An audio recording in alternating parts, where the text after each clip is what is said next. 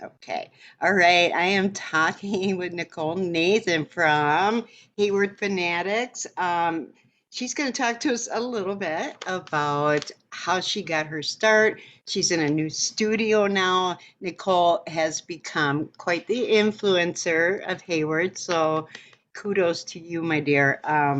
You have so much to be proud of. And I want to talk a little bit about how hard is it? We're just reeling off COVID, and I'm sure that has it's affected everyone. I'm sure in some way or another. I do believe that in every chaotic event, there is always a blessing to be found somewhere. I know that's hard to come up with sometimes, but there is always there's always opportunity in chaos too. And Absolutely. I feel very strongly about that. So, Nicole, just talk to us, hon. Talk to us. You just brought up such a wonderful topic that I feel very strongly that I can speak to when you talk about just finding blessings in chaos. The COVID situation for fitness industry people, at least the brick and mortar people like myself, that was extremely difficult because we were basically being told, you're not allowed to be open. And that, at least for me, I'm not very much into the virtual classes and things like that. Our people that come to our studio were really looking for that one-on-one and in-person experience. So that struggle was very real, and yet I found the blessing in disguise being that this building was actually being built at the time that COVID hit. And I was feeling the effects of the stress of trying to run my current business and be trying to transition everything and everyone over into this new space. And myself and my partner were doing much of the work. And I found the blessing of that downtime that we were having to be able to then focus here. And that was perfect. In a way, it was very serendipitous in its timing because I was then able to stop having to focus all of my attention at the current studio, and I could really focus on getting this place put together, get people excited about that transition, and just really be able to move forward feeling like we were really going to be able to do a good job once things could open back up, as opposed to that really like kind of stressful feeling chaos of like building a new house or building a new business while you're still trying to run your business. So I felt like that was almost God's way of just ensuring that our our business here could continue even in a better space and place than we could have had COVID maybe not happened. So I love that, Nicole. That I think in a lot of ways too, this has brought people back to their roots per se. Back to the family oriented things to do and just, enjoying the reaps of your land and just, yes, you know what I mean? Back to family. We were almost forced to be, to stay at home, yes, and outside. kids. Oh my God. Yes. And outside. Absolutely. And I needed that reprieve. We've had heartache through COVID as well. Mhm, absolutely, yeah. And a person can't change that. So instead of, wallowing in that, you got to look for the blessings. And I believe that has helped me spiritually to get back in touch with where I've been the last 40 years. You know what I mean?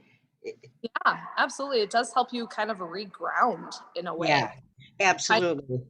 solid ground again. Yeah, I like that. I like getting into things. Now you do a lot of different things there. I mean, you're into dance, you're into yoga, you have exercise classes. Yeah. You are just a joy to watch. And I've been to her old gym. I've been to a gym just recently, since COVID, and it's kind of hard to get back into that. Hmm. And Yeah. and I want you to give us some tips and advice as far as, people of the older generation like myself. It Yep. is very, very difficult to get back into an exercise routine. In fact, we are thinking of building a home gym. And I'm sure that many people are opting for that. What do you see?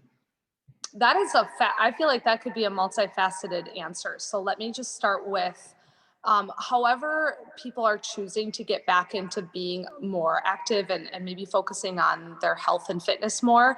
I really do believe that it has to be a very personal approach because, again, the brick and mortar studio setting isn't really for everybody.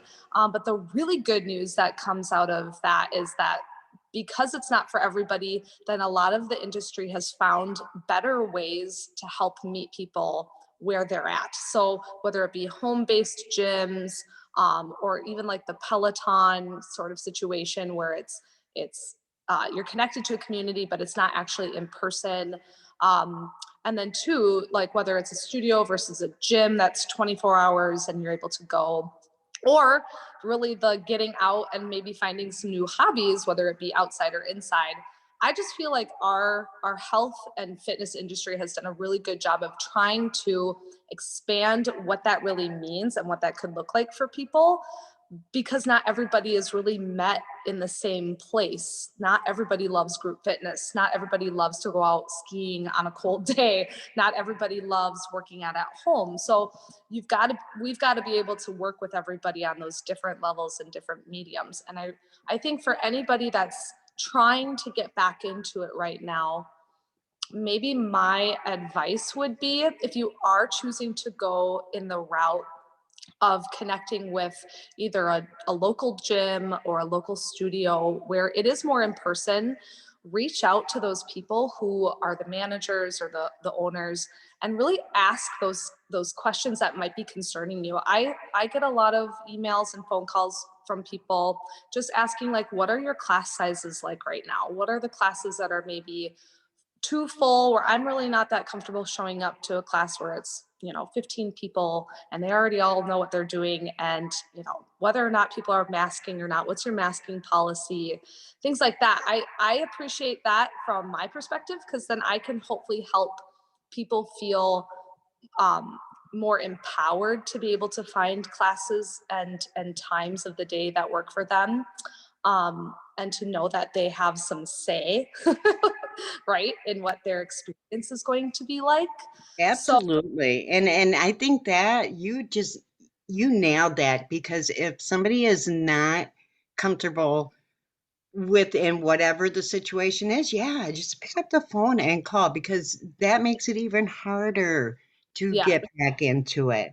yeah. And Um, so much, I feel there's so much of the intimidation factor that plays into that.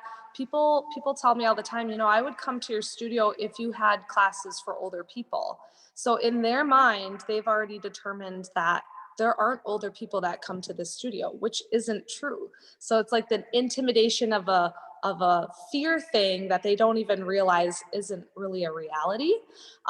So just to be able to talk with people and be able to say, like, you know what, if you're looking for more beginner classes, here's where I would steer you. Would love to have you try it out. Almost all gyms are going to offer you some sort of free week or free class or free trial. I think that that's huge.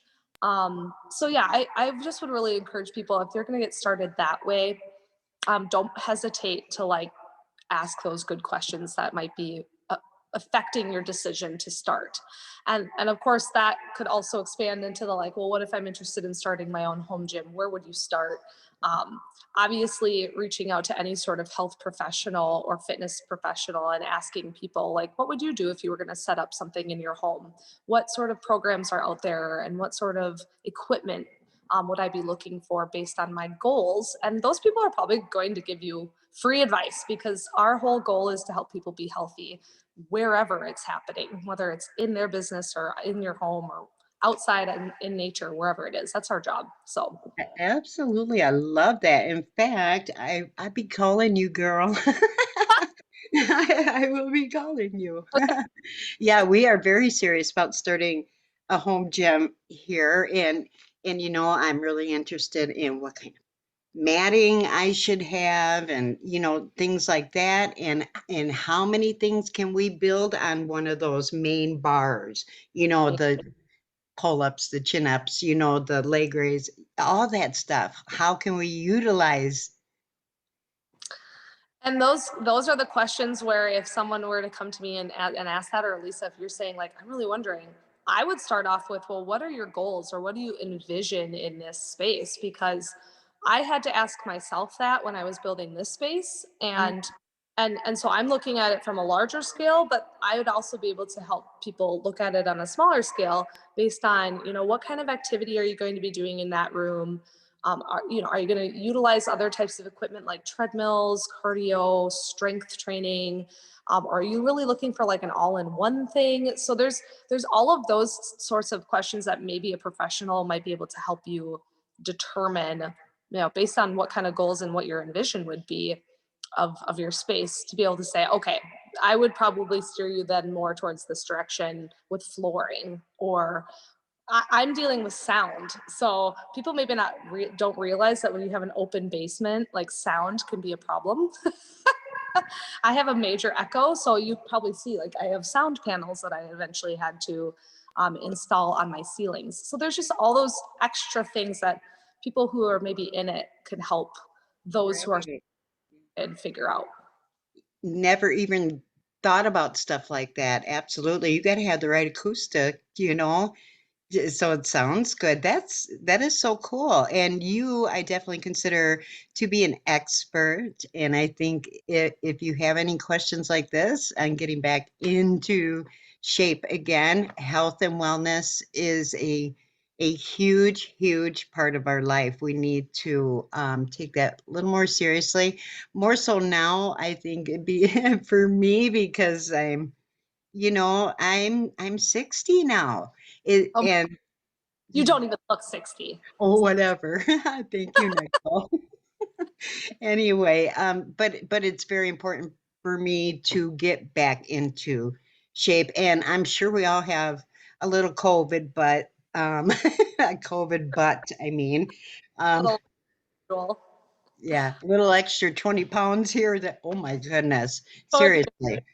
well, and I find that people are really open with their and honest about their experience over the last 2 years. And you kind of mentioned it earlier. We've all kind of suffered in some way, whether it's having lost somebody, or lost our business, or the time that we maybe felt we lost, or however you can look at that. There was some loss, and we're all kind of reeling from that.